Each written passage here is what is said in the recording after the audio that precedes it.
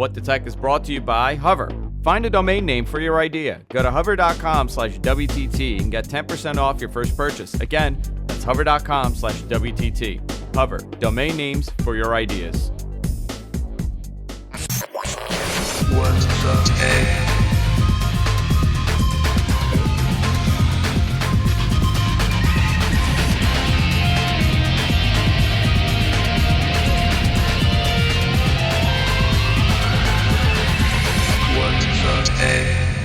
Hey everybody, welcome to What the Tech. I'm Andrew Zaren. Of course, I'm joined by the one, the only Mr. Paul Thurrott. How you doing, Paul? I'm pretty good. We are not using Skype anymore. And Paul looks so much better. Yeah, now I can see how messy my office is. So your audio will sound a little bit different. Actually, I can't see the background. Wow, that's crazy. Look at that. The beauty of high definition. We're back to 2009 again, huh? Yep. Back to HD on Skype. What is this, 2010? Yeah. Wow, what a theory. Yeah. We are no longer using Skype here. This is. Let's see how well this works, because if this goes over really well, we may totally abandon the entire Skype platform for remote communication, I guess, for having co-hosts on. Yeah. We're using WebRTC for people that are interested. I know we got so many emails when I mentioned this last week. We're using WebRTC, and it's integrated in the software that we use for live production here at GFQ, for recording and live production. And it's very, it's such a unbelievably well-rounded system that we could do a lot. Especially we could do audio gating and compression, and we can modify the audio. So right now, Paul is coming in. It's web-based, so he's calling in via Chrome. Sending me the video, and then the video just pops up on my screen as if he's in the studio. I don't have to grab a Skype machine or anything. It's just one machine now, which makes my job a lot easier, and especially Suncast, when he produces, makes his job easier too. Right. The audio will also sound different because it's using the Opus codec.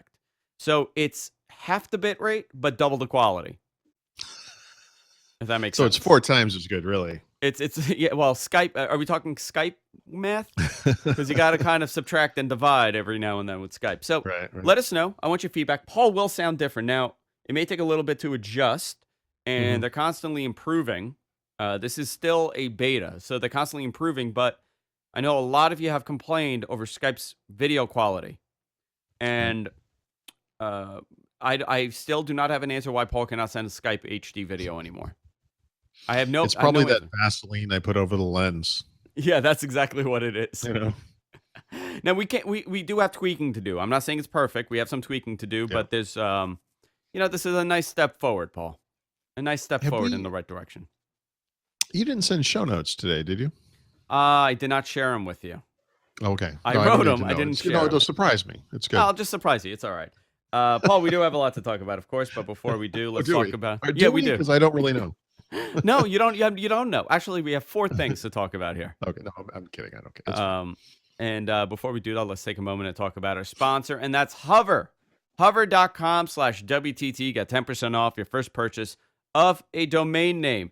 We have been talking about Hover for years. They are my go-to when I'm going to purchase domain names. I know a lot of you have websites, have businesses, starting a podcast.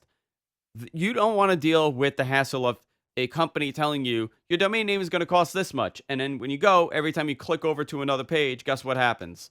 It costs more. And they add this and they add that. And now you got to do who is privacy. With Hover, there's no hidden gimmicks. There's no hidden costs. It's very straightforward. You get what you pay for. Plus, you get some more. For example, who is privacy is included in your domain. So when you buy it, which is a very important thing, you don't want all your information. You don't want your address, your phone number, your name public for your website. I know a lot of people don't. I don't want my address out there. And I have to purchase who is privacy as a bonus if I was buying a domain name from one of those other companies. With Hover, it's all included. Over 400 domain extensions, including the classics like .com and .net. There's other niche extensions like .design and .tech. And of course, you could go crazy with .pizza and .ninja and .horse. I am a big fan of the .horse, by the way. Big fan of it. With Hover Connect, you can set your domain to automatically connect with your website in just a few clicks, which is amazing. I absolutely love Hover. I buy all my domains at Hover. I have over 250 domains right now with Hover. The other thing that they do really well is support. You could call them up. There'll always be someone to answer your call. Or the other thing that I recently experienced is their chat support on their website. No hold, no line. Immediately someone's there, and I was able to transfer domain name to a friend of ours, Paul, in a matter of seconds, actually. It was so easy. That's hover.com/WTT. Get 10% off your first purchase. I want to thank Hover for supporting the show. So, Paul, it was like Christmas for me yesterday morning because I got Android Nougat Yeah, right. after many months of waiting. This is on you have an S6? I have Or an 7? S7. I actually have an S6 also. I have not tried to force the update on the S6. Yeah, I Uh, wouldn't bother. yeah. What were you running before? M or whatever that was? Yeah, Marshmallow. Marshmallow, yeah. Yeah. So, but I'll tell you something. This is I had no idea it was going to be this big of a difference. Now, a lot of it has to do with Samsung skinning also, Yeah, but it's a major difference. I mean, overall functionality is obviously the same, but the notification bar is different. I know this is old news for a lot of people, but this is interesting that many months later, almost a year later, what are we at now? What version are we at now? Um, Is this the latest? What's going to be the next well, version? so yeah, the version kind of depends on what phone you have and whatever. So it's 7, 7 broadly is the latest, but there's 7. I think the one on my Pixel is 712. And if 712. Okay, so let me yeah, see but what I'm at. but I'm running like a beta, so Okay, let's see what I'm at right now. About this phone. That's what I want let me to just make sure find. about this. It's 7.0. This Yeah. is 7.0. So let's see. Let me see if I can find out the differences because they're minor, right? Yeah, very minor. There's been 7.1, 7.11, and 7.12. Google started rolling out Android 7.11 in December. And I don't have anything about 1.2 on here. So maybe I'm running 1.2. So 1.2 is in development.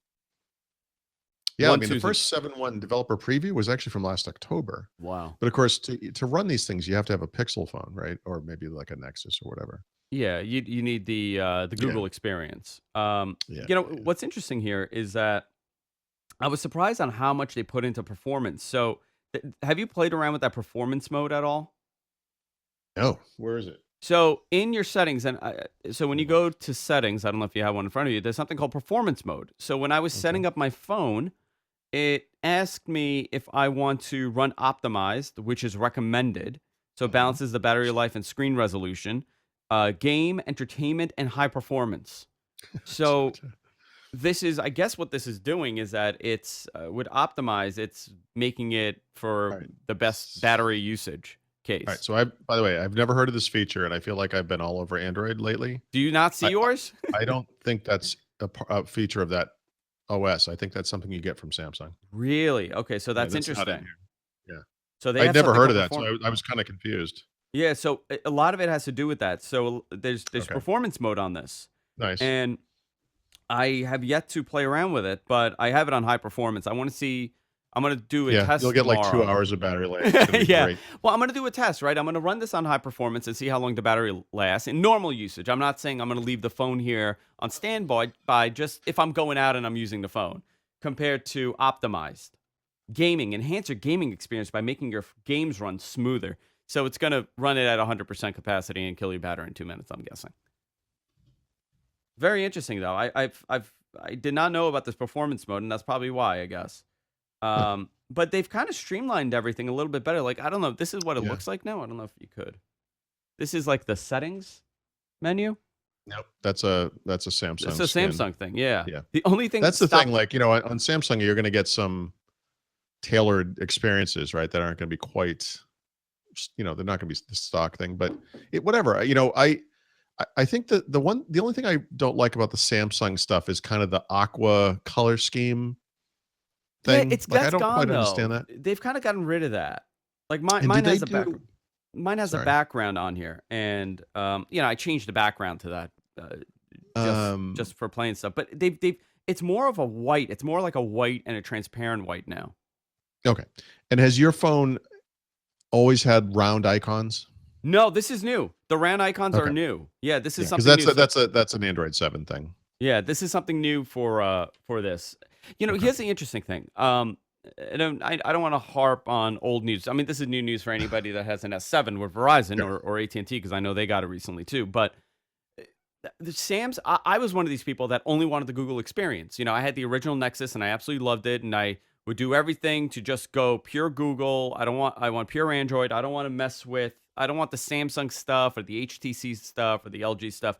But for Samsung's case, it has not bothered me at all. I think they got a bad reputation. I think the S5 was really bloated, but with the S6 and the S7, they pulled back a little bit with a lot of the forcefulness of Samsung's UI. I actually kind of prefer it in some instances. So Yeah. Yeah. it really comes down to your preference more than anything else. But isn't that the thing that's the point of Android, that people use the operating system but kind of customize it to be very different than the other manufacturer? Yeah. Yeah. I think that's one of their differentiators. Well, they're gonna have to be, because when you look at the phone market, the S8 is coming out and the iPhone 8 rumors are already starting where this phone may be the best iPhone ever. It's gonna have a UI. I would hope the next one is the best one ever, isn't that? Is it, Isn't that how well, it's supposed to work? well, it's supposed to work like that, Paul. Yeah. Yeah. It's supposed to, and I can't control the mouse again. This is not good. There we go. It's supposed to work, but I don't. Would you say that the iPhone 7 is the best iPhone that they've So done? like I said, it's supposed to work that way. Yeah. Yeah, in some ways, but in some ways, no. I mean, in my experience, the camera has not lived up to the billing, and I really honestly preferred the camera in the 6S or the 6, Yeah. whatever that's worth. I find the pictures in this thing to be a little washed out. I wish HDR would just be on, or that there would be like a smarter auto HDR like that you see in the Pixel. Well, that's an interesting thing. Why? Why isn't it smart? I I don't know. you know, I can't explain it. It just consistently takes washed out photos. consistently. Like Oh it's yeah. one of the nice things about having an iPhone over the years, and this, I don't know if it started with like the 4S maybe, or certainly by the time of the 5, but whatever. Each of those phones, as they went along, the camera got better and better, and it was just always so great. You get a new iPhone, you got better pictures. It was just beautiful. And by the time the 6S came around, the iPhone finally caught up to where we were with the best high-end Lumias as far as photo capabilities and photo quality, and everything was great. And then the 7 came out, and it seemed like a no-brainer. They have a dual camera system Yeah. with uh, optical zoom. What's not to like? And Yeah. it's actually pretty terrible. Yeah. There's a lot to be said. Comparatively, it's still a good camera. Okay. But it's the first time where it kind of went sideways. Yeah. I guess we got to wait and see it for the iPhone 8, but this is it's a nice little improvement. Now I got this a couple days ago. I've already seen improvements in battery life, even with the performance mode on. Well, A lot of the weird hiccups that the operating system was having for me, mhm, uh, don't seem to be there right now. So let's see what happens. right. Maybe it's just smarter at optimizing how it's going to function as an operating system with the Samsung hardware. We just Well, they it finally got slowly it gets. right. Maybe. Let's see. You know? It's 2 days, and then I'm gonna Yeah, get an right. S8. So, and then I'm not gonna It use seems this. faster. It seems faster, but it always does, right? It's like when you wash your car. Your Yeah. car's a little bit faster than it was when it was dirty. Yeah, yeah, yeah. There's nothing quite like driving home from the car wash. Yeah. So, that was, I just wanted to touch on that a little bit. I wanted to ask you if you have followed a lot of this AMD CPU stuff. That's been People are really high on this on the Yeah. Ryzen. So yes and no. This is gonna sound like more douchey than I meant it to sound, but like most people, when they first announced this thing, I didn't really pay too much attention. I'm sorry, I don't mean it quite like that, but um, yes. So the interesting thing about the new that you talk about, the Ryzen or the Zen level processors, Yeah. is I feel like they're kind of back in the game, It and they seems haven't like been how, for a yeah, while. it seems it. I mean, it kind of seems it. Um, there was a little glitch there with performance results in Windows 10, and AMD actually came out and said it's not Windows 10, it's whatever. And I think that this processor is a different enough architecture that it's not benchmarking well in certain categories, including game playing, which is kind of strange because otherwise it's a very high end processor family. And I don't know. I think they got it right. I mean, I'm not a hardware expert. I'm not really in this world per se, but I think for the first time in a long time, I would consider getting an AMD, building a computer around an AMD chip or whatever. And I haven't thought that way in 10 years. maybe more. It's Yeah. been a long time. So the last time I built an AMD machine was probably 2009. Hmm. So it's quite 8 years ago, essentially 8, 9 years ago. The thing about AMD has always been that their pricing has always been very aggressive with, Yeah. being under what Intel is doing by at least $80 in some instances. I know that some chips that are, in the $100 cheaper if you look at it. But if you look at this chipset, the models for the Ryzen, they have Hmm. 7 CPUs that are released early this month. But the more powerful Ryzen 3 chips are expected in the second half of 2017. It's going to include multiple, like there's going to be a 6-core, 12 thread because they're doing their hyper threading, Yeah. right? Their version of hyperthreading. Their Yep. version of hyper threading, $249. I know. Actually, in some cases, the pricing on these processors is like half of Yeah, a yeah. comparable Intel chip. I In mean, some instances, that yeah. alone makes it really interesting, right? And you would also think, I assume, that these things are specially optimized for AMD because AMD has the Radeon stuff, right? They're at the ATI, isn't that them? Yeah, yeah. I mean, it seems like those things would go hand in hand. Like you should be able to build a really nice system out of that stuff. So, So here's my question though. How I know that in the past, and because again, I haven't used AMD in quite some time. yeah, How is right. how is their relationship right now with Microsoft and with Windows? Because I know that there was a little issue with the performance on Windows 10, right? Yep, yep. What is the exact story with that, and what are they doing to kind of correct this? So that is kind of the thing. I can't claim to understand 100%. But basically, what happened was that this thing benchmarked really well, but not on Windows 10, and What did they specifically use? not with games. And so I don't know who came up with this theory, but basically someone looked at it and said it's got to be the Windows 10 process schedule. There's something wrong with it. Like this Yeah, is highlighting a bug that never popped up before because of the way that AMD chips work.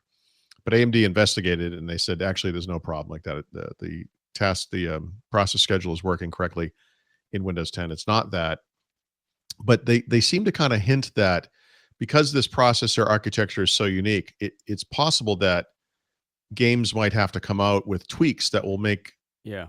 it work better on that processor platform. So It's generally when it's uh, optimizing. It's mostly in 1080 p games, right? It's the optimization that's yeah, the I'm not issue. 100% sure, but yeah, so whatever. I mean, for me, playing games on my desktop computer, the computer I use normally, is not an issue. Like I don't really care about that. So um, that's not a problem. So if this thing makes a lot of sense, if this thing runs more efficiently, is much less expensive, and I could build something because I do want to build a computer again this year. I guess I would consider, Yeah, I'll I would need too. some time to go by and we'll see how it goes with this stuff. But Well, I'll tell you, you'll uh, spend a whole lot less. yeah, it seems Top to bottom. like I it. mean, Yeah, think about it this way. If you're building an AMD machine, by the way, Luther says some of the performance problems I suspect are due to the yeah, Intel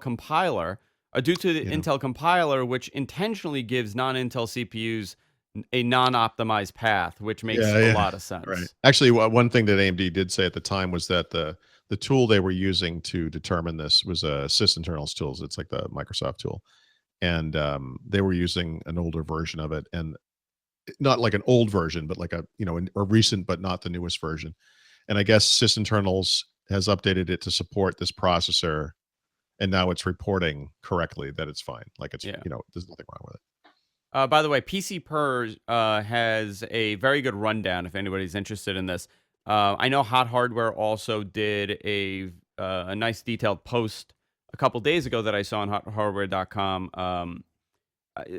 I've always been interested by the hardware, and I really followed it for so long. And I was one of these guys, and I always talk about I really supported AMD, and then I had such a disaster with AMD when it came to video with what we're doing. A Yeah. lot of the proprietary hardware that we use is not compatible with AMD motherboards for some odd reason, and Yeah. it would either work or it wouldn't work.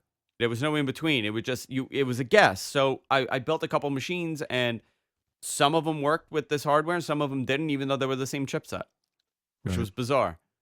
Would you call AMD the Skype of microprocessors?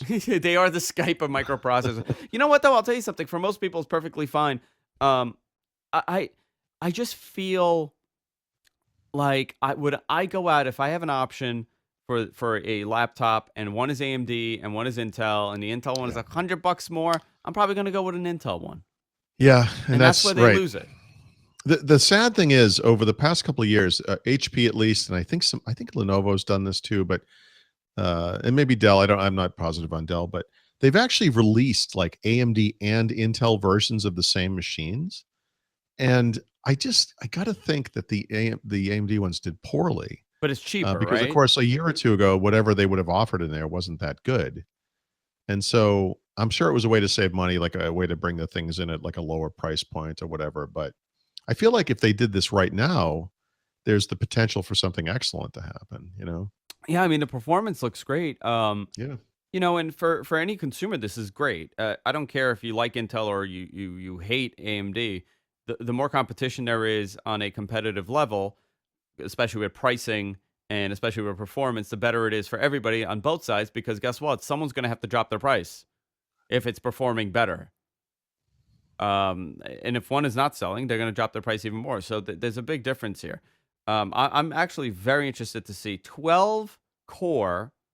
thread, 6 core, 3.6 gigahertz with a 4 gigahertz boost Mhm. is $249. This I know. card with I think they're coming out with an 8-core yeah, there's an version 8 as core well. also. Yeah, Yeah. I mean that card alone for Intel, which I just did, would be $200 more probably. Yeah, Yep. 449. It's interesting, but I mean you haven't considered Intel at all. I'm sorry, Uh, AMD at all. no, no, never. I mean, and Okay, so how about for video cards? um, I don't care as much about that kind of thing. So when it comes to most of the machines I've been using over the past few years, it's mostly been integrated graphics anyway. So I just don't really think of that. And so lately, there's been a change. Some of the review laptops I've gotten in have had more beefy specs, including dedicated GPUs, which are typically AMD. I'm sorry, typically NVIDIA. I have a Dell machine in for review right now that has a quad core processor in it, and I think it's a GTX 1070 GPU with some crazy amount of RAM, like maybe even 8 gigs. I was some stupid. It's like the specs are nuts. And this thing is, as every calendar I have on my system pops up in my face. Um, this this system is like a portable. It's almost like a gaming machine. It's crazy how Mm-hmm. powerful it is. But I never, I never really went out into the world shopping for this, or thought about that, or worried about it. And so I've always had this idea in my head that the Radeon stuff, ATI, was fine. Like I don't have an opinion about it. The AMD processor stuff, however, has been much more on the negative side for whatever Yeah. reason. And I think it's been, you know, back in the day, like when I built my very first computer back in the mid 1990s, actually like 20 plus years ago, I bought AMD processors for the first one and then for the first few, because at the time they were much cheaper and they were basically the same thing. Like, in other words, whatever the AMD thing was just like a 486 SX or DX or whatever. They were all these charts that would compare, like, if you want this much power or whatever, get this AMD chip, and it was always like half as expensive. Yeah. I think what changed over the years is that they retained their pricing advantage, but they weren't keeping up with Intel from a performance or technology standpoint. So for the past several years, at least, and really more than that, AMD is just not. I've just never considered it. Yeah. Well, it may be Yeah, changing soon. I'm very yeah, interested to it see sounds what like it. happens here. I'm talking about Windows 10 and some of the changes. What's going on with Creator? Anything new that you want to touch on? You had a very good article actually on Thurrott.com, which I want to pull up here, and it's a premium Hmm. article for those that are Yep. premium members on Thurrott.com. Creators Update will not fix Windows 10 biggest problem. Yeah. Uh, Yeah. So you Um, want to dive in there a little bit? yeah, I mean, it's, Windows 10 is one of those double-edged swords because it's inarguable that this is the best version of Windows ever. It's great. It does all these things really well. I think there's a really kind of a central magic to a system that works really well on traditional PCs as well as these kind of touch first, pen-based, multifunction, two-in-one type computers and tablets and stuff. It's pretty cool. Like I sort of appreciate that on a number of levels, not just a technical level. I think that's kind of cool.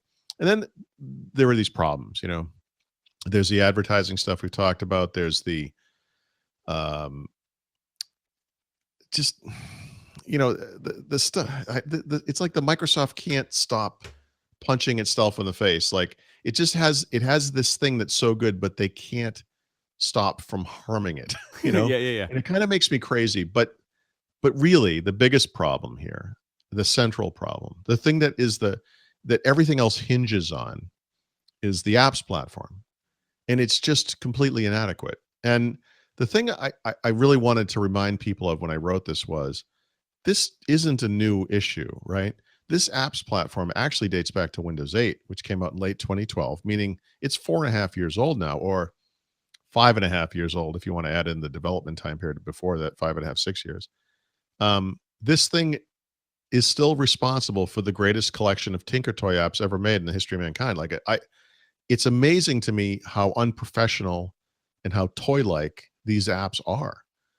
And the worst example of it, unfortunately, is that the apps that come with Windows 7 are all fall into this category. They're all toys. Windows And 10, you mean? yeah, Yeah. and it's a shame because most people, it's a chicken and egg problem, right? So most people approach Windows 10 like they approach any other version of Windows. It's a desktop operating system. They use it on a traditional computer, keyboard and mouse. They run their applications. They run a web browser. They're done. Microsoft has all this other stuff going on. They have an apps platform that spans multiple form factors, from Xbox to Surface Hub to HoloLens, which is augmented mixed reality, VR, whatever. It runs on phones that nobody wants or buys. It runs, I think I said Xbox. It runs, on Internet of Things devices, on and it goes. But the apps that they make, the ones that they include, are garbage. Like they're terrible. They've always been terrible. Like which ones? Um, Give me a couple examples. all of them. All So I will list. No, I mean it. I mean all of them. Like the mail app, Yeah. completely ineffectual. It's terrible. Um, the camera app is a joke. Not that you need a camera app on a PC, which I think is part of the problem.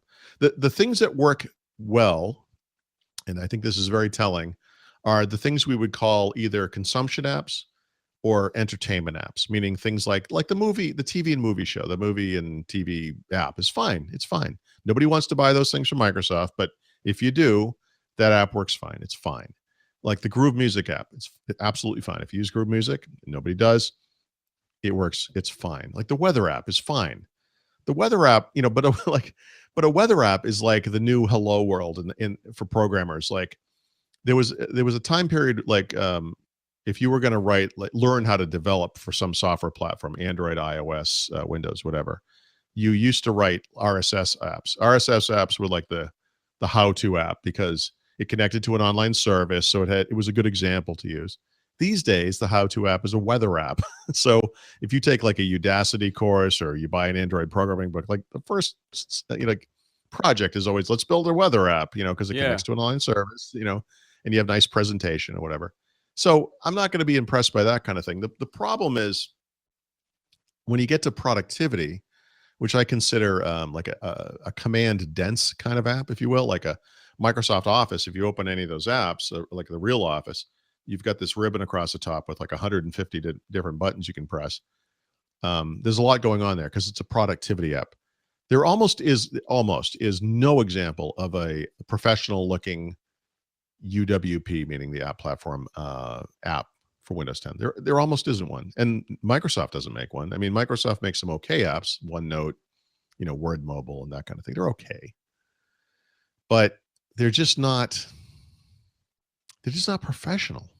In a world, I mean, you brought up Groove and you brought up the movies application. In a world where Yeah, everything is streaming, right? In a world where everything is accessible to some sure. extent, everybody has Netflix, everybody has Hulu. It's a different group of people that are actually purchasing music and purchasing Mhm. television shows and movies. Yep. With those people, you have such an uphill battle to go outside of Amazon and iTunes. No, no, right. And You I'm not know, even I'm not making the argument that but anyone should even but try to do having that. But a well-functioning application, a well-designed mhm. application will kind of help people guide people there. Because think about it, this is coming with your computer, right? This is it. Right. It's here. So you're buying a computer. Why download another application? You should be able to use the Groove app, and you should be able to use the Movies You app, and should this be is able what you to, do. but but here's the problem. So you're a Windows user. You're using whatever version of Windows, Windows 7, Windows 8, even whatever it is. Now you get Windows 10. And so of course it's a little different. It's not too different, but you kind of mouse around and you look at stuff. And I feel like these apps that they build into Windows 10 give a bad first impression. Um, and I think what will happen is that, because we have expectations on a PC, and those expectations extend to such things as apps will be professional. They will be well written and they will look nice and they will work correctly. And that stuff doesn't happen in UWP. They're cartoonish. They're toys. They have gigantic buttons and they just look like children's things. And I think the natural reaction of many Windows users will be to just ignore them because they're so terrible. And that's what you do. You kind of look, you mouse around the start menu and like, oh, what's this thing? And then you run it. You're like, ugh, like, what? Or you have an even worse experience, which is like, the mail app is now in the taskbar by default. You're like, oh, what's this? And you click on it. You're like, oh, mail app. I'm like, well, it's built into Windows. I've used some of the mail apps built into Windows in the past. Maybe I'll use this one. You type in your account information, it comes up. You're like, okay, this doesn't Yeah. look too bad. But then you start using it, and this is the problem with any tech transition. Like I'm trying to use Android more, for example, and I keep running into these roadblocks. I keep trying to use Edge, which by the way is maybe the best example of the problem we're describing here. But in the case of mail as well, it looks okay at first. And then you say something like, well, geez, I wish there was a way to make the message text a little bigger. There must be an option in settings somewhere Yeah. that And will then do that because it's, that's a basic capability. Well, there isn't. In fact, there's only like 7 options in settings and none of them do what you want, and it's useless because it's a toy. And that's the problem. And I think you run into those roadblocks and you're like, okay, is forget that it. is that by design? Is that the intention with these these I applications cannot where imagine. you have to simplify it, the Yeah. UWP apps. You have to simplify it and dumb it down because the purpose of it is to be easy and less options, the easier.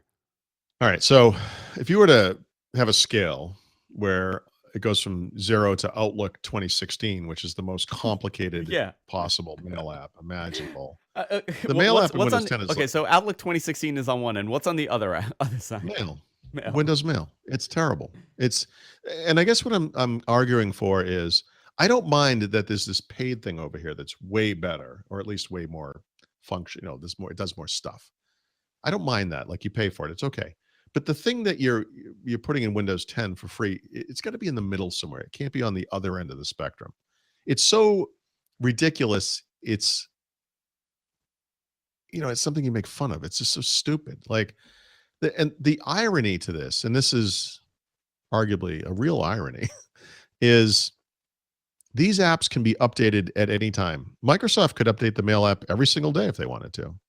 And yet, here we are, almost 2 years later, almost, again, like 6 years later, really, right? This thing is still garbage. And yet there's this other app built into Windows 10 called Edge, which nobody uses because it doesn't do everything that they want. Again, same thing. You run into these roadblocks. The development of Edge is tied to the operating system. It's not something they can update through Windows Store every day. They only update it when Windows 10 is updated, which means they've only updated it twice. They're about to update it for a third time. Ironically, that app has improved immeasurably over this time period. Yeah. It's only been updated 2 times so far, again, 3 soon.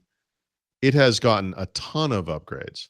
Now, granted, it's still unusable, unfortunately, because it just doesn't do certain things that people, expect from using Chrome or Firefox or Safari even. And so that's too bad. But I wish Edge was updated more, like other apps are. Yeah. And yet, despite this, it actually has been updated in more meaningful ways than any app that's included with Windows 10. And all those other apps can be updated at any time, And I just don't understand the state of affairs. If you want to go back in time and say, well, okay, the first version of the Mail app for Windows 8 that shipped in October 2012 was kind of a piece of garbage, but it was the first shot, and obviously it's going to improve in time. Yeah, okay, fine. The Windows 10 version was better. There's no doubt about it. But it's kind of sat still. They've had a couple of minor things. They added focused inbox, for example, which actually doesn't work for most people still, but they're working on it. Yeah. I guess. I don't know. I feel bad about beyond, this. It goes beyond using something for a period of time to adjust. I mean, that's the biggest. That's a normal this is case my scenario. The thing people should understand, I hope, is like I go back and use this stuff over and over and over again.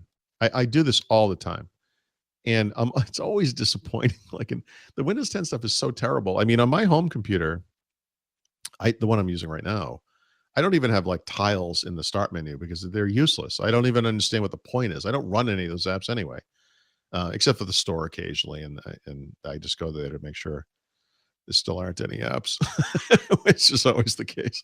The game situation has improved in Windows 10. That's kind of cool. There are some decent games in the store. That's neat. The best apps you can get through the store, frankly, are the desktop apps that have been converted, not even converted, have been really, what do you call it? Ported? They've just been packaged, essentially. Like yeah. they have a UWP shell around them. Like Photoshop Elements 15 is in there. Evernote is like that.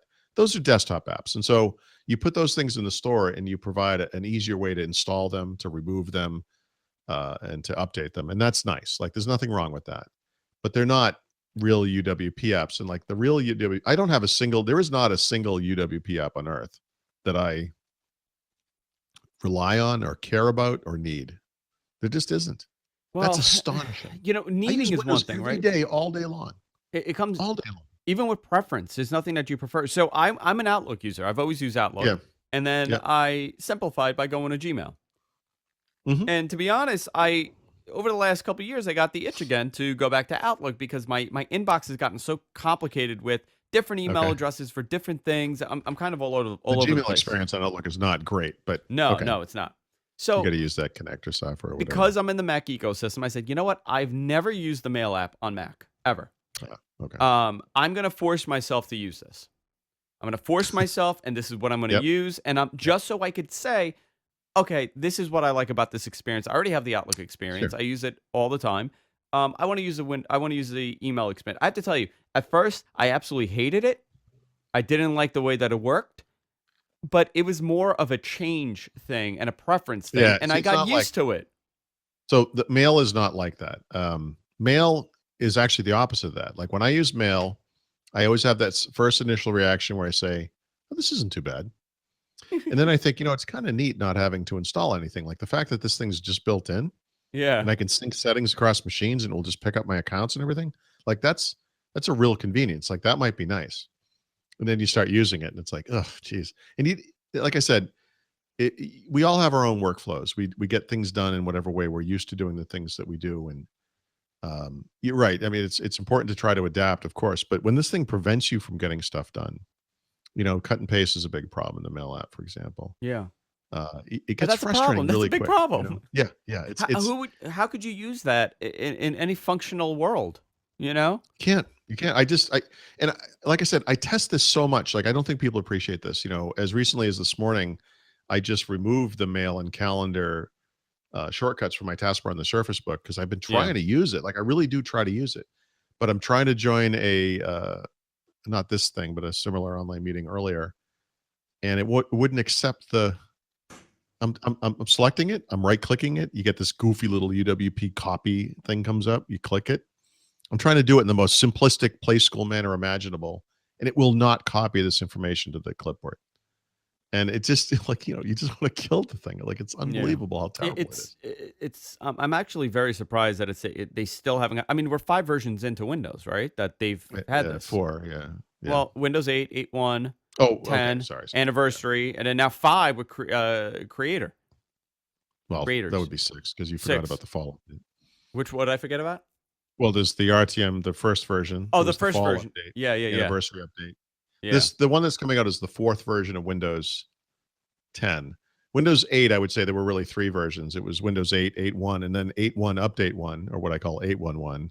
It was actually a major update. Like on the par of what we're seeing with the creators update. So Was it it was almost like Windows 8.1.1. We almost got it right. yeah, yeah.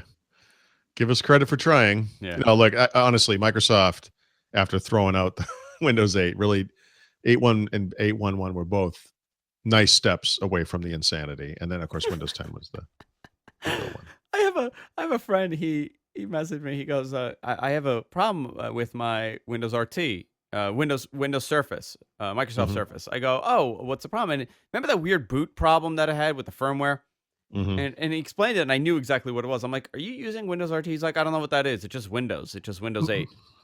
I go, can you install applications? He's like, no, I don't know how to do it. And Oh. he doesn't really know this stuff at all. I go, do me a favor. Make sure he upgrades to the Windows 10 cloud when that comes out. He's going to be really happy with that. That's what he has to do. That's what he needs. Which I want to ask you a little more about that. You Mhm. just reminded me. So I'm telling you, I'm like, okay, is it plugged in? Yeah, it's plugged in. Okay, do me a favor, unplug it. Is a keyboard attached? No. Okay, attach the keyboard. Okay, I attached the keyboard. Okay. Are you by the window by any chance? He's like, yeah, I'm by the window. I'm like, is the window open? No. Open the window for a second. He goes, okay. And I'm like, throw the effing thing out the window. He was, Yep. I mean, there's really, at this point, I don't even know, you know? So Windows Cloud, what do we know more? I'm actually not sure there's been any new information about Windows 10 Cloud. I mean, it's weird to me that we're this late in the development and we don't really know exactly what it is, right? Is that by design? Are we supposed to not know, or I, I don't know. They've never talked. They've never talked about it. They won't talk about it, and so I presume that the intention is to announce this thing when Windows 10 Creators Update is announced. I mean, I'm sure if they're going to release it, I could almost picture them pulling it back. It's not clear to me that this thing makes any sense. Remember, we just spent a significant amount of time talking about the problems with the UWP platform. Windows 10 Cloud only runs those apps. I think there's a little bit of dysfunction over there if anyone believes that system has enough to it that it could be the entire platform. I mean, there's nothing there. yeah, So I don't know. I think they would be but crazy. nothing. What kind of apps are going to run? How is it going to Yeah. run? What kind of device? Like very little. There's a Microsoft developer conference coming up in May called Build. And the one thing that they could announce, and I literally know nothing about this, I'm just kind of speculating, but if they would give end users the ability to package desktop apps, and actually even better, do it automatically so that they would run on that system, and better yet, would run on any version of Windows 10 in a very safe manner, that would be really exciting to me. Because basically, imagine you have an application like Chrome or iTunes, something that's never going to be in the store, right? They're never going to rewrite these things for the store. So you as a user could say, I want to install this thing. A little wizard runs, it packages it into some UWP wrapper, right? It's never going to take advantage of any special features of UWP, but what you're going to get is this package. It's like a single file, basically. It's like a zip file. And that thing, you can just throw it on your computer. You can run it. Runs just like an app. It runs fine. It runs normally. And then if you want to get rid of it, you just click delete and it goes away. And there's no little DLLs and files all over the computer. There's no hidden anything. It's just this one thing, which, by the way, is the way Mac apps work. I think that would be a beautiful thing, and I think it doesn't help the platform per se, but it would help users. Those things would be safer and more reliable. They're sandboxed, right? That's beautiful. They could deliver them through the store. There's kind of a potential legal issue there if the developer doesn't agree to do this about that. Someone distributing like a modified version of it and all that kind of stuff. But I think there's something there. Like they're already allowing developers, like if you made an app like Evernote did with their app or Adobe did with Photoshop, like a really complex desktop application, they can package that thing up and provide it in UWP form. It's free. Interesting. Yeah. In fact, they don't even have to go through the store. You can put them on the web. Nobody does this, but you could do it. And if they're not going to do it, like I don't think Google or Apple ever will, giving that capability to end users would be awesome. Yeah. And I don't know that they're going to do it, but this would be the time to announce it. Exactly. This would be the time to do it. Any rumblings as to what we're going to get from Build this year? Any big stories that we're going to get? Anything yet? Nothing. Mm. Interesting. Every year we kind of get a glimpse, and this year I have not heard much. It's Which been a lot of is pushes interesting. over the past, I don't know, maybe 2, 3 years now about for Windows 10 and various things for developers to entice them to adopt a platform, Yeah, and some of those things have, I think all of them are technically interesting and are excellent in their own right, but I don't know that any of them have really taken off with interesting. any mass of developers. I mean, Microsoft has Xamarin now, so they have an interesting mobile story for developers. Yeah. I don't know.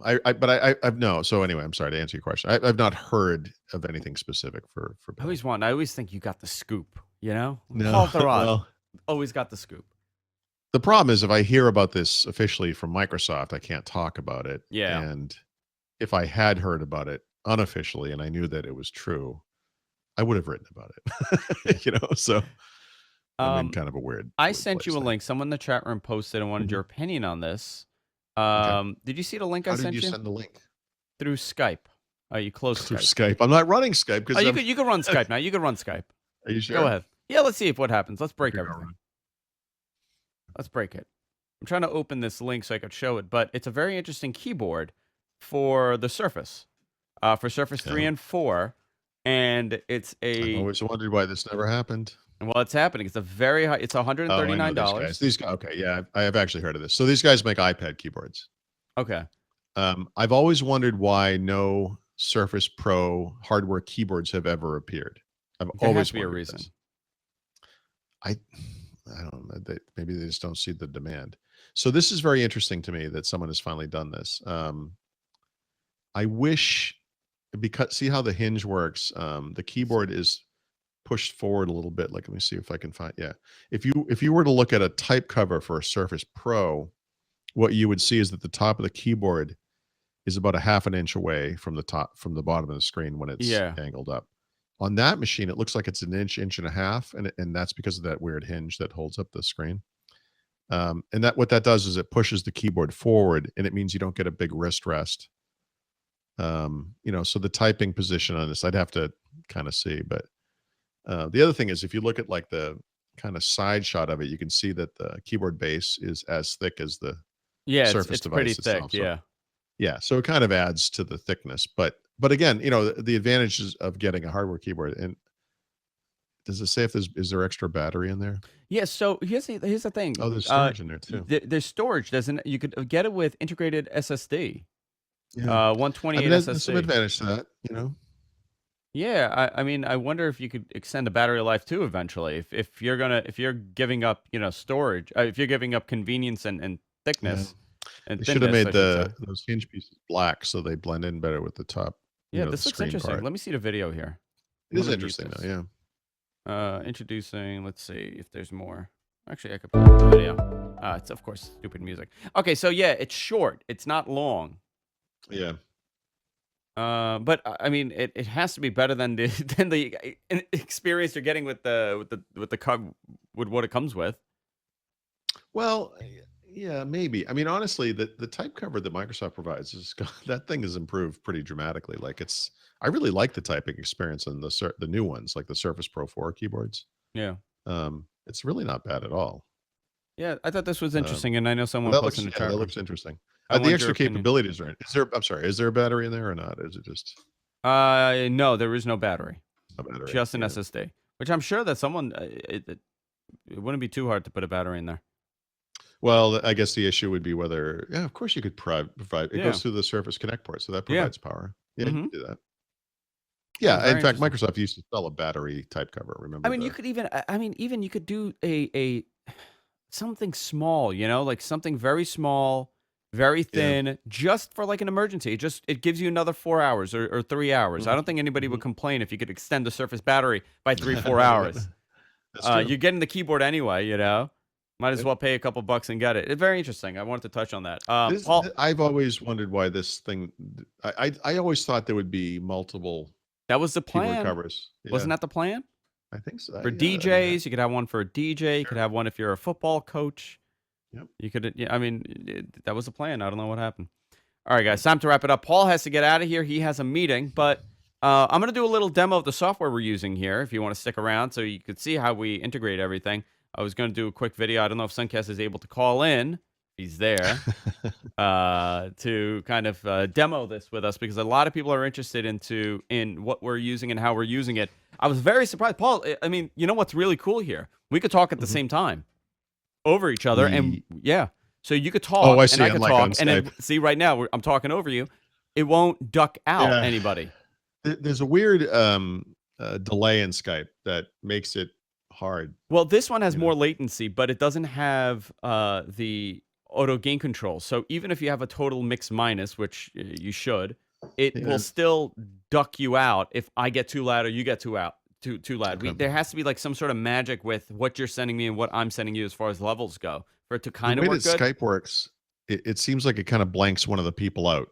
And Always, it makes yeah. it makes it Yeah. for very awkward because in real life people do talk over each other and it's not always, interrupting per se, but it's kind of the natural flow of a conversation. Well, And also in if you're Skype doing it makes it terrible. yeah, and also if you're doing a show, you kind of if you're in the same room, you're going to be able to talk over each other, and that's fine. That's how conversation works. But you can't really do that with Skype, and then it becomes, oh, sorry, what did you say? Oh, all the time. Yeah. Oh God. It's like talking on a World War I field phone, Yeah. So sorry, the Germans were bombarding us. Could you repeat that? All right, Paul. Time to wrap it up because you got to get out of here.